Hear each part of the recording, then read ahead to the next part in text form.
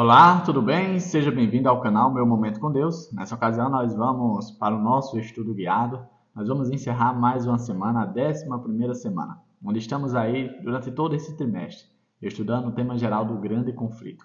Mais uma semana concluiu, amanhã nós vamos iniciar uma nova semana e pela graça de Deus, o nosso Deus tem nos conduzido em todo esse estudo, pois não apenas tem nos apresentado o seu caráter, mas também tem mostrado como será o desfecho da história desse mundo, a saber, a história também de nossas vidas.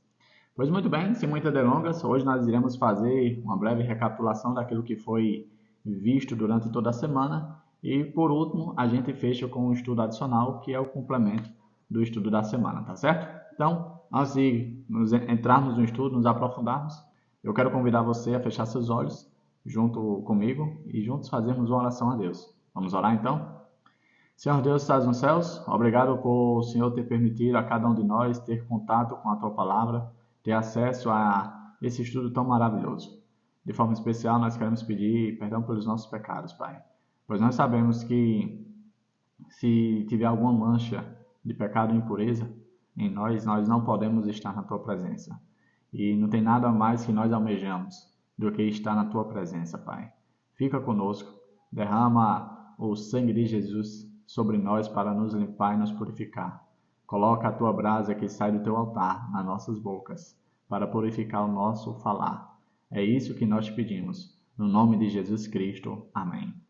Pois muito bem, começamos ali no sábado com um tema bastante interessante, que foi o tema conflito iminente. Davi, qual é o conflito iminente que está para acontecer? A gente tem visto aí pelas notícias que o mundo, bem dizer, está a um start de grandes coisas terríveis acontecerem. E de fato, tudo pode mudar no piscar de olhos. E eu e você precisamos estar preparados. E como podemos nos preparar? Aqui no dia de sábado foi apresentado o verso para memorizar, que é um texto bastante interessante, que está lá no Evangelho de João, capítulo 17, verso 17, que diz assim, ó: santifica-os na verdade, a tua palavra é a verdade. Dentro do contexto interpessoal, existem muitas verdades. A minha verdade, a sua verdade, a verdade da outra pessoa. Mas dentro do contexto espiritual, existe apenas uma verdade, que é a verdade de Deus. E por ela ser verdade, não tem como colocá-la por terra, não tem como substituí-la, não tem como deixá-la para lá. Ela é a verdade e ela é absoluta. E por isso eu e você precisamos estar familiarizados com essa verdade. Davi, o que é essa verdade? A verdade é a palavra de Deus. Isso é um ponto interessante, porque a Bíblia fala que Deus, ele não muda. Ele é eterno, ele é o que é. E certa vez, quando foi se apresentar a Moisés, e o Moisés diz, olha, como é que eu vou chamar o Senhor? Como é que eu vou dizer quem é o Senhor para as pessoas a qual eu vou? Ele diz, olha, diga para eles que eu sou. E essa palavra fala muito a respeito de Deus, pois fala que Deus não apenas é eterno, mas ele é imutável. Isso é bastante interessante, pois escreve exatamente o que ele disse aqui. Santifica-os na verdade, a tua palavra é a verdade. E a verdade é algo imutável, ela não muda, ela não, vamos dizer assim, se transforma, ela não se adequa à cultura, à realidade, à alma. Não. A verdade é a verdade, doa, faça sorrir, faça chorar, é a verdade. No dia de domingo, nós tivemos o tema o conflito final do Apocalipse. A gente vê e muitas pessoas falando que tem um certo receio de estudar o livro de Apocalipse. Por quê? Porque é um livro que não tem uma linguagem, vamos dizer assim, fácil de se entender. Pois é um livro que foi escrito por meio de símbolos, né, uma espécie de código. E a gente fica se perguntando por que o Apocalipse foi escrito assim. Sabe, Deus, ele tem uma mensagem especial. E essa mensagem ela deveria ser trazida ao seu povo. Não tinha como o povo ter acesso a essa mensagem se João escrevesse na linguagem normal. Pois lembre-se, João estava preso na ilha de Patmos. E aí, se os escritos dele fossem escritos numa linguagem entendível, as pessoas não iam divulgá-las, não ia permitir que fossem divulgadas, pois seria uma espécie de uma insurreição, uma declaração de anarquia para Roma. E aí João escreve por meio de símbolos. É interessante que a forma como a gente interpreta esses símbolos estão de forma bem familiarizada com os escritos do Antigo Testamento, ou seja, com aquilo que o povo já estava familiarizado. Mas que povo? O povo de Deus. Em outras palavras, somente o povo de Deus poderia descrever ou identificar ou decodificar o livro de Apocalipse.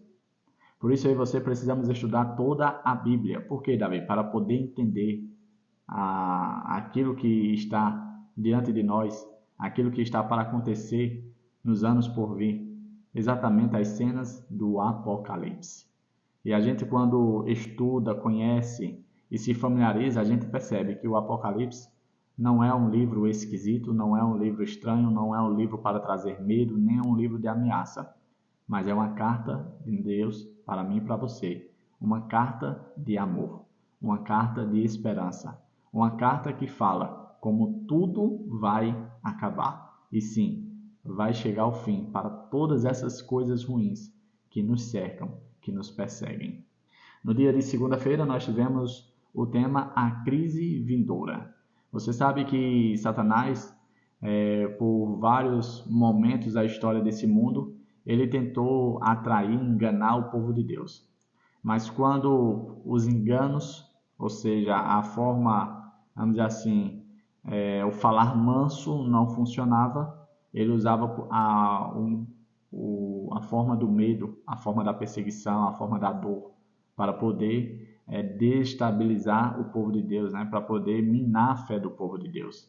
E isso já aconteceu várias vezes no passado e não será diferente no fim da história desse mundo. Antes que ele use a força, ele vai tentar enganar. E a gente viu isso no tema da semana passada, que ele vai se utilizar ali de subterfúgios, né? De milagres e prodígios e sinais para poder alcançar as pessoas que vão se deixar ser guiadas. Mas aquelas que não vão se deixar, ou seja, o povo de Deus, ele vai se utilizar da força, né, da opressão, da perseguição, da dor, para tentar minar a fé dessas pessoas. E aí, no dia de terça-feira, nós começamos o estudo falando sobre a besta do mar. Esse estudo foi dividido em 2 dias. E o tema desse estudo de terça-feira foi Identificando a Besta, parte 1. Aqui a gente viu que a sequência apresentada na Bíblia dos reinos da terra, ela se cumpre perfeitamente. Além, Daniel fala que começava com Babilônia, depois vinha a Média e a Pérsia, depois a Grécia, depois a Roma. E depois de Roma viria o quê? Viria exatamente a besta do mar. Em outras palavras, o chifrinho pequeno que está descrito lá no livro de Daniel. Chifrinho pequeno que fala blasfêmia, né? Esse chifrinho pequeno é exatamente o poder papal, né? A gente viu lá que dentro da profecia fala que o chifrinho pequeno, exatamente a besta do mar, ele seria responsável por não apenas blasfemar, mas também ser responsável por mudar os tempos e a lei. E foi exatamente isso que o papado fez. Alterou os mandamentos de Deus, alterou a forma de adorar ao Senhor. E Davi, como foi que isso aconteceu? Foi por meio da transferência de autoridade do imperador Constantino para o Papa. A gente viu ali que a partir do ano 538, o Papa começa a exercer toda a sua autoridade, não apenas religiosa, mas também política. Por quê? Porque foi transferido para ele. E aí ele permanece nesse poder até 1798. E aí, dando prosseguimento, na quarta-feira, nós tivemos a segunda parte, né, desse tema, que é Identificando a Besta, parte 2. E aí a gente vê outros textos que afirmam e identificam essa besta do mar como papado. E foi apresentado aqui que o poder papal, melhor dizendo, ele durou durante um período de 42 meses, ou seja, um tempo, 2 tempos e metade de um tempo. Em outras palavras, 1280 anos. A gente vê isso, que é exatamente o cumprimento lá da profecia de Daniel, que é o período de opressão, período de autoridade máxima papal.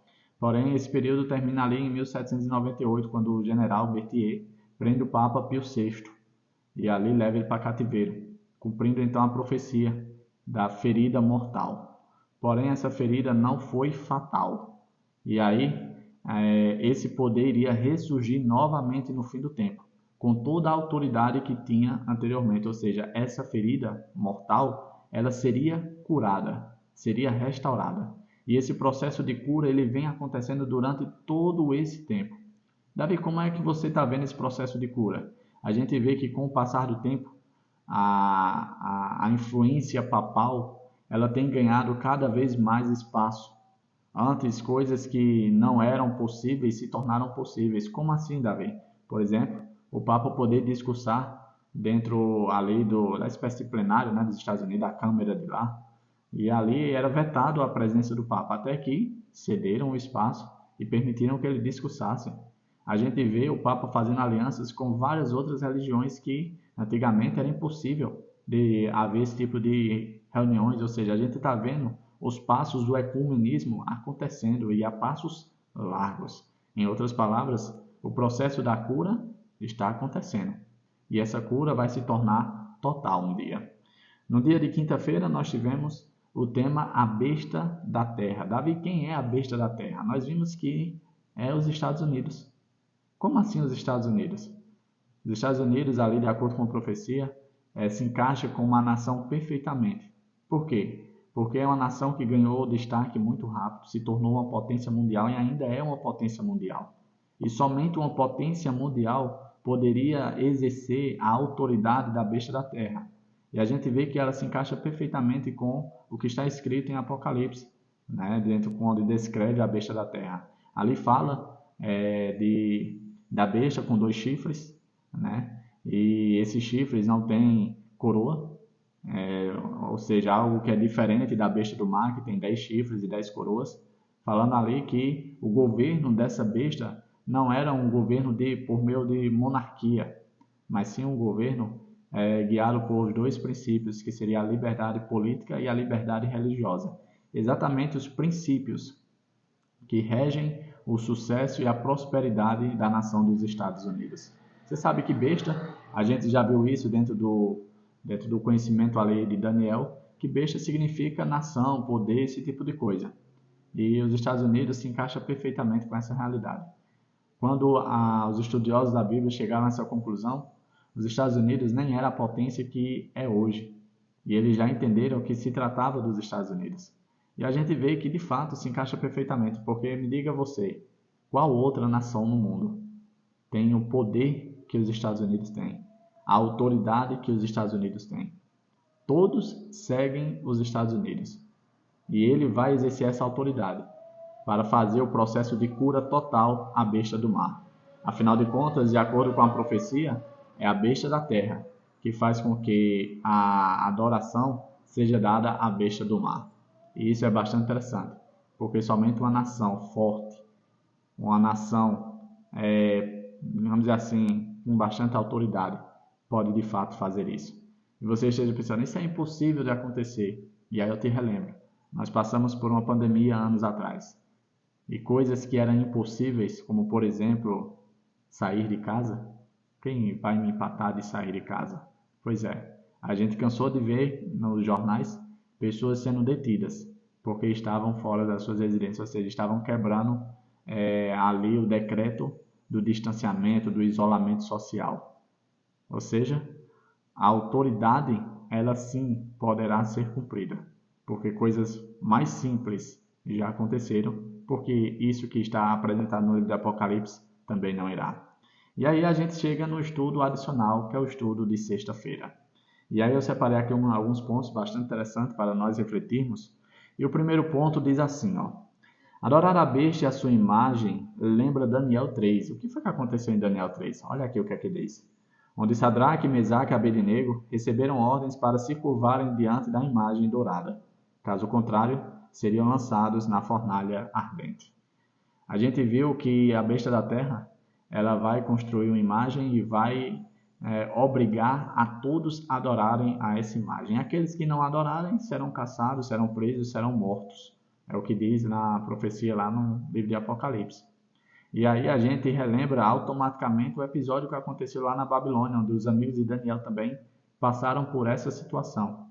E eles, ao não se curvarem, a não adorarem aquela imagem, foram jogados dentro da fornalha ardente com o propósito de morrer. Mas Deus agiu ali de maneira poderosa e sobrenatural e não permitiu que isso acontecesse. O nome de Deus foi honrado e glorificado por meio do testemunho daqueles 3 jovens. E aí continua dizendo o seguinte: tanto na Babilônia antiga quanto na moderna, a questão é a adoração. A gente vê que o tema geral, o que está no centro mesmo, é a adoração. A quem você adora? Você adora a Deus? Você adora ao diabo? Porque automaticamente, se você não adora a Deus, você adora o diabo. Então, a quem você adora? Quem é o centro da sua vida? Por isso é tão importante o nosso posicionamento. Porque até mesmo a isenção, ou seja, a ausência de posicionamento, já declara de que lado nós estamos. Existe até uma analogia bastante interessante que fala que havia um muro e ali no muro estava uma espécie de cristão, né? Uma pessoa que se dizia ser cristã. E aí de um lado tinha Deus e do outro lado o diabo. E aí do lado de Deus ele chamava, apelava, pedia, chorava, vem para o meu lado, pula, sai desse muro, desce para cá, aquela coisa toda.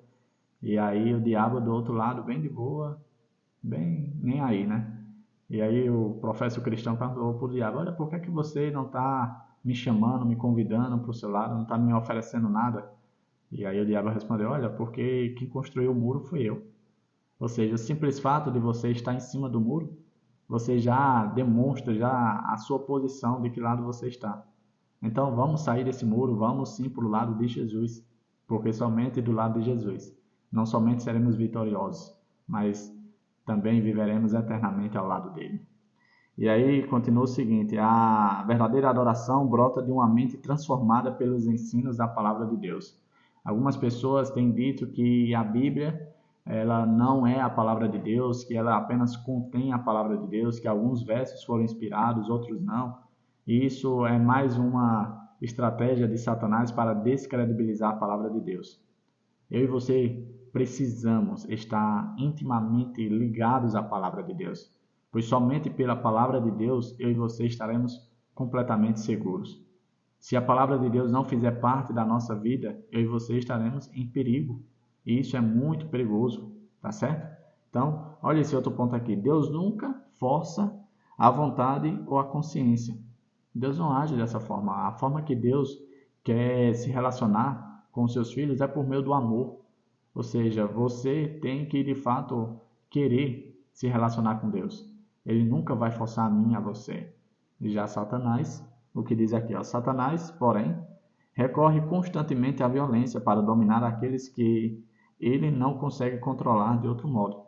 Ele tenta enganar, ele tenta fazer vislumbrar os nossos olhos, apresenta aí um estante cheio de coisas que podem chamar a nossa atenção e tudo. E se eu e você resistirmos, aí ele vai usar a força. Ele vai tentar nos oprimir, ele vai trazer situações difíceis, adversidade. Para quê? Para desestabilizar a nossa vida, abalar a nossa fé, fazer a gente desconfiar de Deus, fazer a gente questionar as promessas de Deus. Ele vai se utilizar disso. E aí a continuação do ponto fala assim: para realizar isso, ele age tanto pelas autoridades eclesiásticas quanto pelas seculares, levando-as a impor leis humanas em desafio à lei de Deus. Às vezes a gente pensa: não, mas aquela pessoa prega tão bem, fala de Deus, não sei o quê. Observe se o que ele fala está alinhado com a palavra de Deus, porque até mesmo pessoas que têm uma aparência de bom moço, ou seja, pessoas que aparentam ser cristãs, pessoas que aparentam serem ministros da palavra, podem sim ser ferramentas do diabo. Todo aquele que prega, ensina aquilo que não é bíblico, é uma ferramenta do diabo, porque está ensinando aquilo que é contrário ao assim diz o Senhor. E se está ensinando aquilo que é contrário ao assim diz o Senhor, infelizmente está conduzindo as pessoas que estão dando essa audiência para o caminho errado. Isso é muito perigoso. E aí, continuando, para suportar a prova que os espera, olha, tem uma forma da gente suportar toda essa situação que a gente conheceu durante essa semana. Existe uma forma. Qual é a forma, Davi? Olha aqui o que é que diz, ó. Para suportar a prova que os espera, os fiéis devem compreender a vontade de Deus como está revelada em sua palavra, pois só poderão honrá-lo se tiverem uma concepção correta de seu caráter, governo e propósitos, e agindo de acordo com este. Em outras palavras, Davi, qual é a melhor forma de conhecer a Deus? Estudando a sua palavra.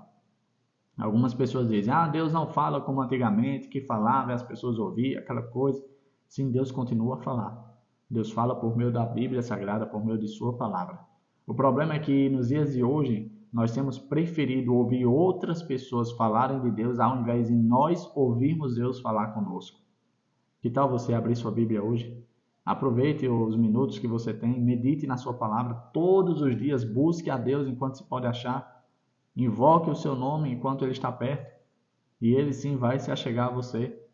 O problema é que nós muitas vezes estamos terceirizando o nosso relacionamento com Deus, e isso é algo muito perigoso. A forma como nós devemos conhecer o caráter de Deus, como é o governo de Deus, quais são os propósitos de Deus, você só vai encontrar essa resposta por meio do estudo na sua palavra. E por último, diz assim: no entanto, Deus terá na terra um povo que se fundamentará na Bíblia, e apenas na Bíblia, como norma de todas as doutrinas e base de todas as reformas.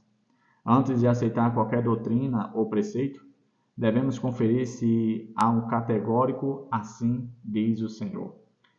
Durante toda a história desse mundo, Deus teve sempre um remanescente, um povo. Nem sempre esse povo foi a maioria, nem sempre esse povo foi bem compreendido, nem sempre esse povo viveu em paz. Mas era um povo que seguia a palavra de Deus. Era um povo que antes de dar ouvidos aos que os outros estavam dizendo, ao que a maioria estava fazendo ou falando, era um povo que consultava o assim diz o Senhor. E no fim da história desse mundo não será diferente. Mesmo tendo perseguição, mesmo algumas pessoas perdendo sua vida, mesmo tendo opressão, mesmo as pessoas sendo limitadas por decretos e sanções, Deus vai ter o seu povo. A pergunta que eu faço para encerrar esse nosso estudo guiado é: você faz parte desse povo? Pois a única forma de fazer parte desse povo é estar alinhado com a sua palavra. Não é placa de igreja, não é denominação, mas sim o assim diz o Senhor. Por isso que eu e você precisamos buscar cada vez mais o estudo guiado, o estudo diário da palavra de Deus. Pois é por meio desse estudo que não apenas nós vamos ter conhecimento acerca daquilo que vai acontecer, mas também iremos demonstrar de que lado nós estamos e que povo nós pertencemos. E pela graça de Deus, eu e você pertencemos ao povo de Deus. Isso é maravilhoso. Chegamos ao fim do nosso estudo guiado, encerramos mais uma semana, a 11ª semana. Eu espero que tenha sido uma bênção para você, porque foi para mim. Eu particularmente fico muito feliz com esse estudo. Faz um bem maravilhoso à minha vida espiritual, ao meu ser.